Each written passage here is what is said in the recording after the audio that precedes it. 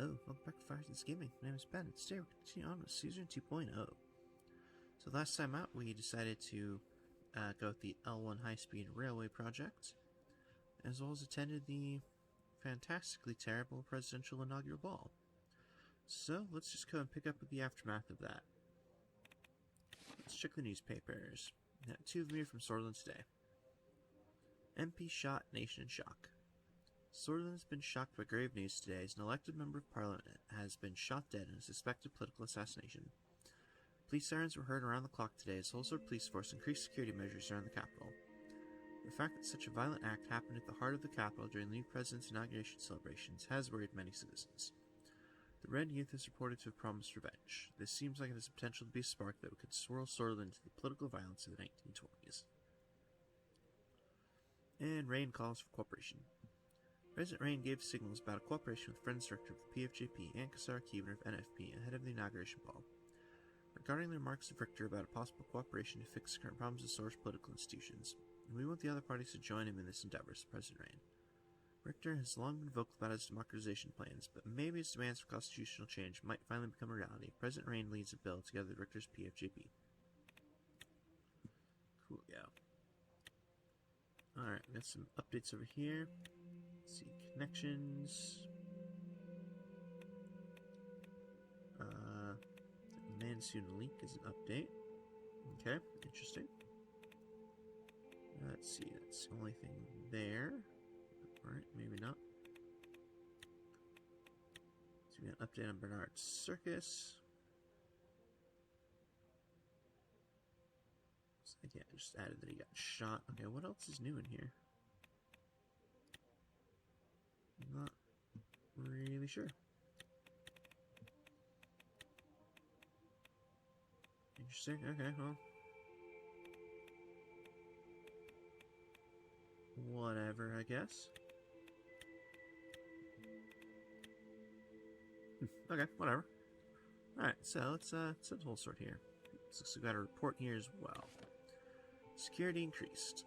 Security measures at the capital have been heightened after the murder of Bernard Circus. The mayor of Holsworth reports that everything is under control. Security around the Maroon Palace has been increased with combined efforts of the Holsworth Police Department and the Presidential Guard. Additionally, the entrance procedures to the palace are being revised with advice from security professionals. The police chief Kyle Greiser reported that an investigation has been launched on the murder of Bernard Circus. Coolio. Alright, well, let's head to this emergency meeting. The mood in the Situation Room was gloomy. My cabinet members were gathered to discuss the shooting outside the palace. Lilius presented the initial report. Bernard Circus was shot dead at 9:03 p.m. in front of the palace gates. He is an elected independent member of Assembly and, as you know, a famous communist.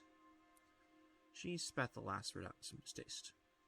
The guards at the scene were 50 meters away and immediately took action by responding and killing the assailant, who was identified as a member of the nationalist organization Young Swords. The president and his family were unharmed. Praise God.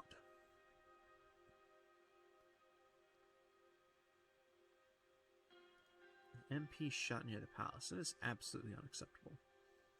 I agree. We are re-evaluating our security measures. However, their session has affected my ministry negatively. This may well create a dangerous atmosphere when the left versus right political violence in the 1920s could spark once again. The chance of those days would be devastating. The coups are the reason why our country stagnated for a decade.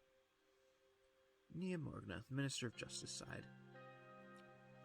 The Red Youth has condemned the killing, but didn't stop there. They promised revenge. And this will ensure and spark further aggression from the Young Swords. The whole cycle started because Bernard Circus expressed his views. We can't simply look away. Nia had always been one of the only members of the Justice Ministry truly deserving of the name. She had survived countless attacks on her character while fighting corruption within the ministry, and rising to power had only compounded her sense of moral duty. Freedom of expression is part of our constitution. We can't have anyone, let alone an MP, shot for voicing different opinions. I fully agree. We should protect freedom of speech. Our laws do, and for good reason. Silencing voices only results in fear and stagnation inside society. We had that before and know very well how it was. I hear your concerns. Our police do their best to uphold the rights of our citizens. We'll prevent such an act from happening again by making sure our security measures are re-evaluated. Minister of Defense C.S. Flancy grunted in approval. He towered over the rest of us in full military uniforms, many war medals conspicuously on display. Agreed, ma'am. Working Domri will also help boost security in rural areas if possible. There might be more violence to come. We should refrain from making the issue political from the start. It will only add fuel to the fire. You're right, we need a calm situation. Our government is capable to maintain security. Our job will be to reduce tensions. Several police cars rush past the Maroon Palace. Everyone silent. Regardless, a full investigation to all involved parties is underway. We will find the subversives and punish them soon enough, Mr. President. We'll do our best to coordinate the administrative tasks. Justice will be served and the rule of law will return this country stronger than ever. What if we stay vigilant to this country? We must think about the upcoming budget.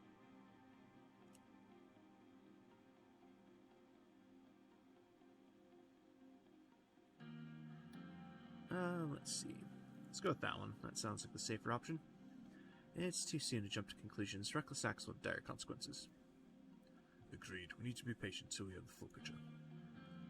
Lucian took some notes after checking the latest newspapers and reports. It seems that the tensions between the communists and nationalists will escalate further. It would be very difficult to pass any meaningful change if there's chaos in the country.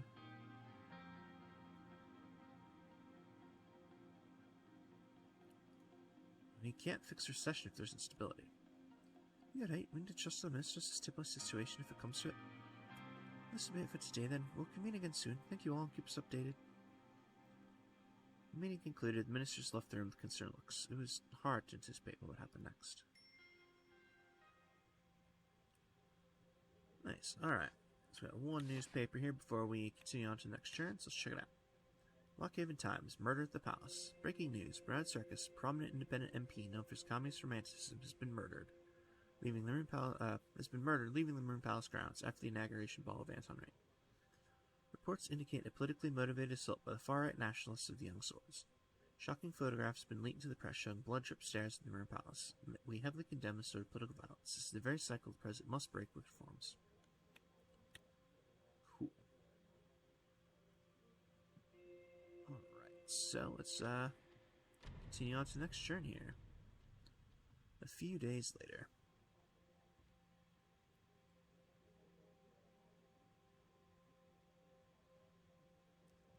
Nice, that actually moved really fast this time. Sweetness. Alright, looks like we've got a ton of reports, so let's just start here in Jen.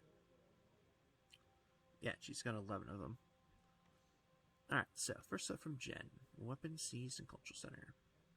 The local police forces report that a wardrobe full of heavy military equipment has been seized in the Young Swords Cultural Center in Jen. Regulars of the place denied having any knowledge about the weapons. The owners of the building have been detained, along with 13 other people. Police captured 20 rifles and 2 machine guns. The equipment belonged to the Source Armed Forces dated 1929, but kept in very good condition. Alright, Narbel, police understaffed.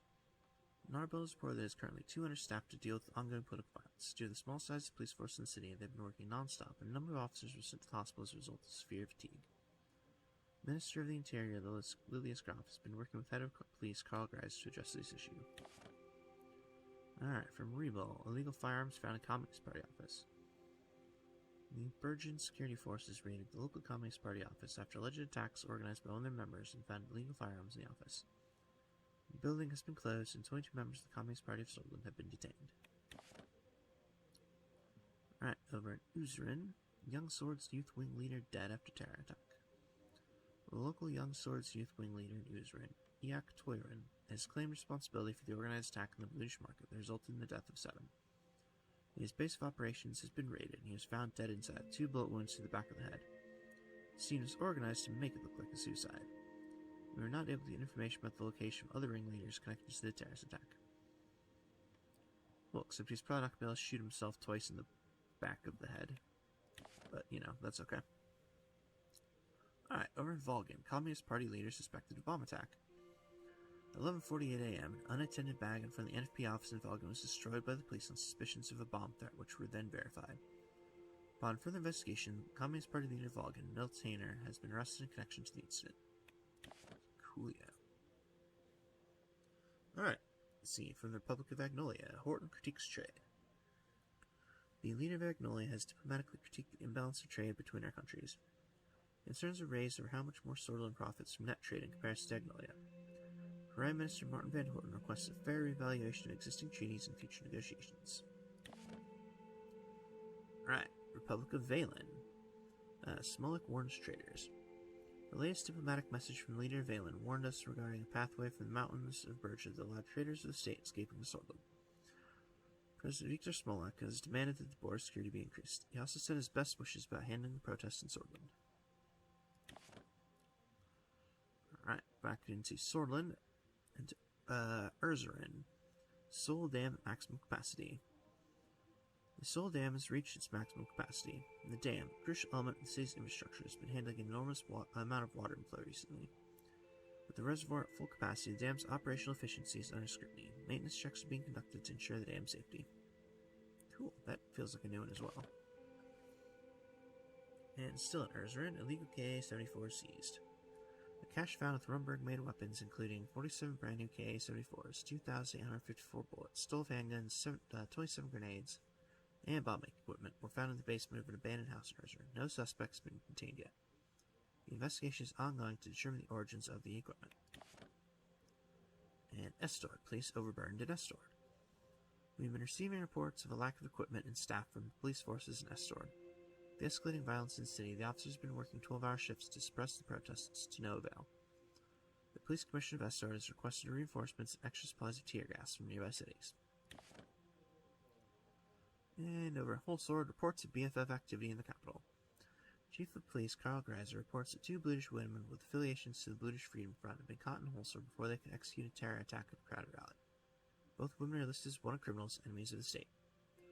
The arrested women have admitted their intentions to attack the National Front Party's rally at Seoul Square when Kasara Kimura gave a speech, but rejected any connections to the BFF. Both claim that they were acting alone. Police reports that the situation is under control, and further investigations are underway. Alright, I think that's the last one. Yep. Nice. So everything's just going to hell pretty quickly here. Alright, we got 7 newspapers, so let's go check those out. Alright, from the Holsword Post. Sworddish politician shot dead. The Sworddish poet and politician had spoken out about the idea of the dictatorship of the proletariat was shot during the evening of Anton Rand's inauguration ball. Bernard Circus, a 53-year-old Sworddish member of Assembly, was shot a number of times by gunmen at the entrance to the Mirror Palace, who was identified to be a member of the Young Swords. Despite his radical views, Mr. Circus was elected to be an independent member of Assembly in the 1953 elections, and sadly did not manage to live long enough to serve his duty. He was said to have repeatedly received threats from Sworddish nationalists who viewed him as a traitor from promoting millennialism and Swordom. Television footage showed the famous poet's body laying face down, draped with a white sheet, on the pavement in front of the gates of the Mirror Palace. Lillian Scroff, the Interior Minister, has said she had assigned a group of leading ministry officials to lead the hunt for the killers. Once again, dark hands have chosen our country and spilled blood and Holsword to achieve their dark goals, she told the news conference. We are investigating all aspects of this crime. His funeral will be held tomorrow in his home city, Deer. The local police have reported to have increased security measures for the ceremony and stand ready for massive attendance. Awesome. Alright. Swordland today. Unity despite differences. Swordland has 2 paths in the future, and this year is critical to decide which path we embark upon. Mid-recession, lack of stability and security caused by the death of Bernard Circus is an unacceptable reality. We need more jobs and a safe atmosphere if our country is supposed to grow and prosper. But how will we increase our employment and open new factories if there's blood flowing down the streets? Swordland will never reach its goals as an advanced society if we descend in a downward spiral of splintering of our nation. Peace and prosperity now and forever. Alright, from The Economists. The only way out of recession, bailing out businesses. Swordland's economy has been displaying a downward trend over the past 2 years of Alfonso's presidency. If we want to prevent our country from declaring bankruptcy, we need a way out of this recession, and we need it now. The economic downturn keeps hitting hard at the businesses which are struggling to stay afloat. It is clear that a helping hand from the government is required to control the situation. There is no other way apart from bailing out businesses to truly provide relief to the economy. This, in turn, should revitalize the economy by creating more employment opportunities, increasing production, and so on. Nice.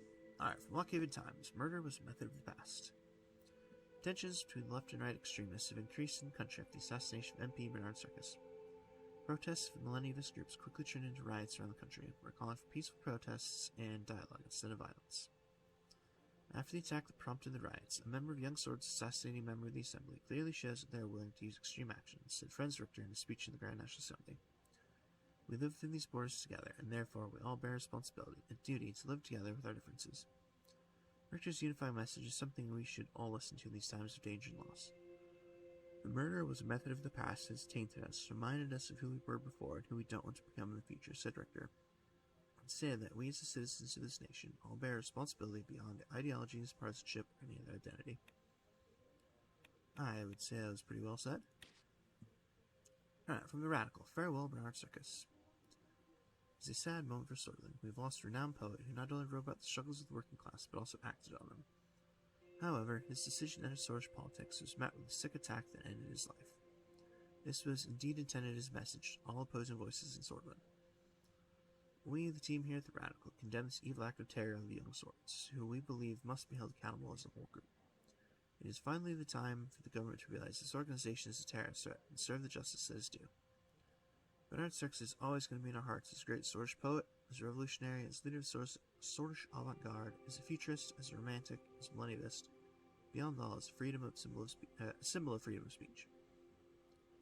He is now a man who is murdered for speaking his mind. This cannot remain as yet another political murder of the sad reality of Sorlin. In fact, this time changes. It's time to speak up as people. The most beautiful sea hasn't been crossed yet, said the great poet, reminding us to always have hope. And we must strive to have hope, and to make them a reality. It is the best way to honor his memory. Bernard Circus will be laid down to you tomorrow. Any citizen who wants to pay respect is invited to attend. Alright, we've got Sue from Geopolitico here.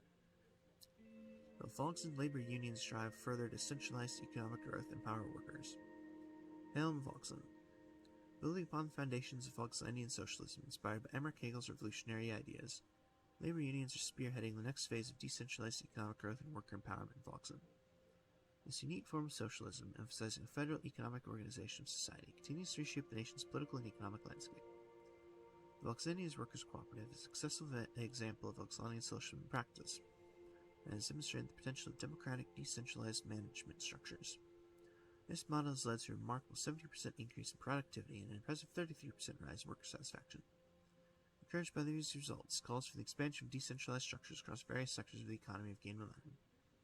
In light of these successes, Volksland's Minister of Labor, Frida Albrechtsen, recently unveiled a new initiative in Helm aimed at further expanding infrastructure, promoting scientific and technological advancements, and fostering industrial growth.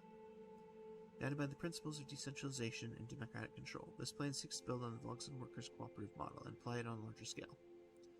When we believe that the principles of Volkslandian socialism offer a sustainable and equitable path for our nation's future, Albrechtsen stated during a press conference in Saltport. As Volksland moves forward with Emmerich Hagel's vision of a decentralized, egalitarian society, the nation is solidifying its position as a leader in socialist thought and policymaking, both at home and abroad. With labor unions at the forefront of this movement, the ongoing development of Volkslandian socialism offers a promising blueprint for other nations seeking to implement similar reforms. Interesting. That was kind of cool. That's definitely brand new. And this one also looks brand new. Arkazi PMC descends on Maribon amid resource extraction controversy. In the midst of a politically unstable situation in Maribon, the largest Arkazian private military corporation, Palantir Security Solutions, has deployed its forces to the resource-rich nation. Sources reveal that PMC has been contracted by several multinational corporations to secure and extract valuable national resources amidst the chaos. Maribon, a country in the continent of Rica, has been grappling with internal strife and weak governance, leading to a power vacuum. This has opened doors for foreign interests to exploit the situation and extract the abundant resources such as oil, minerals, and rare earth metals present within Maribon's borders. Palantir Security Solutions, known for their tactical prowess and advanced military technology, has sent a significant force to the region. Reports suggest that the PMC has already established several forward operating bases near key resource extraction sites, raising concerns about the long-term implications of this move on Maribon's sovereignty. Interesting. Cool. Alright, well, let's head to Whole Sword and let's go have dinner with the family. After a long day at the palace, I was finally home. I thanked Serge and walked through the front gates, nodding to the two guards as I went by. Even as I turned the doorknob, I could hear Diana rushing down the stairs to greet me. I opened the door, and there she was, standing in front of me with expectant eyes. Papa, you're home. There's my bright little daughter. I lifted Diana up and hugged her while trying to put the keys in the tray next to the entrance. She was growing fast. Lifting her up was no longer as easy as it once was. How was school? Boring. I like my old school better. I put her down. Her expression turned serious. Papa, is Batman gone? There's only one Batman, Diana, and yes, he's gone now. Okay, Papa. Diana dashed down the hallway. Mama, Papa's here. Monica appeared next to the kitchen door. She was wearing an apron, holding a spatula in her hand. Diana, what did I tell you? No running in the house. Yes, Mama. Monica approached me and kissed me on the cheek. A tantalizing smell wafted from the kitchen behind her. How's your day, dear? Ah, terrific. I finally got to do some grocery shopping just a couple times, and I'm making your favorite. You mean, yes, Zabla. Zabla is one of my hometown specialties. Chickpea stew topped with beef, braised in tomatoes and virgin spices, traditionally served in a clay pot. It was absolutely my favorite dish, especially paired with cabbage, a potent, unfiltered wine from my region. My lucky day. What's the occasion? No occasion. I just wanted to cheer everyone up a bit. Her smile faded. She lowered her voice so that Tiana wouldn't hear. Especially after what happened at the ball. I'm worried, Anton, for you, for the children, and for the country. Tiana suddenly appeared next to us. Mama? Yes, sweetheart? I'm hungry. We'll eat in just a minute. Will you help me sit at the table?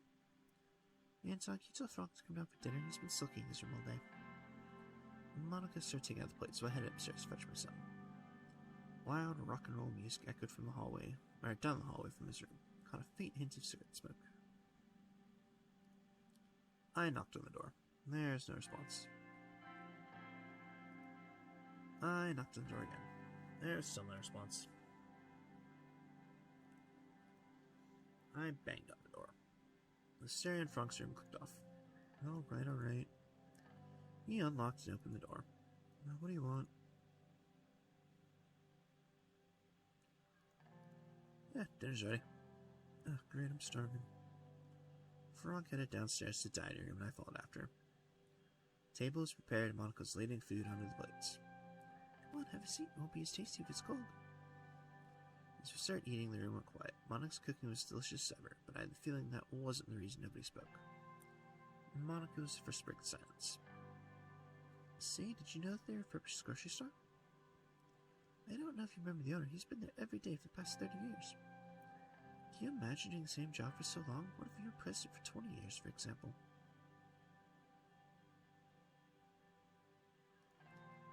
I don't want this country to suffer under another soul. Agreed, that must never happen again. Anyway, the grocer really is a nice person. He threw in some extra vegetables with my...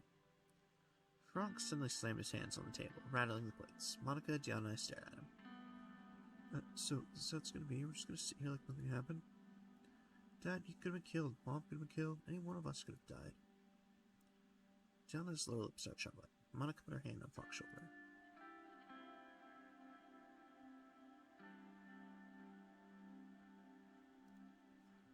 Frank, you know I'd never let anything happen to you or Diana, even if it cost me my life. I know, but still. You at least tell me something's being done about this? It was real close, Dad. It was one rogue shooter. We weren't even the target. But what if we were? Frank, listen to your father. He says we don't need to worry, then we don't need to worry. You have to trust him. Monica turned to me. We all have to trust each other. Things calmed down a bit at the table. We finished our food in silence.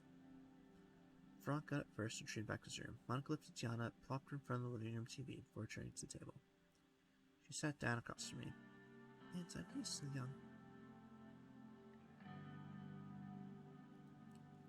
That's what worries me. I made plenty of brash decisions when I was his age. You make plenty of brash decisions now, too. Frank's not the only one who's scared, Anton. I worry too, Monica. Things might escalate. She got up, stood behind me, and massaged my shoulders for a moment before leaving me alone in the dining room. Sat alone at the table and drained my glass of cabbage. Had I been lying to Frank and Diana? Was the threat to my family truly over? Time would tell.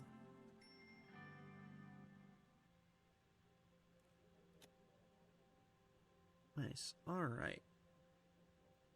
So, looks like we've got 5 newspapers and a security briefing on the threats against Swordland.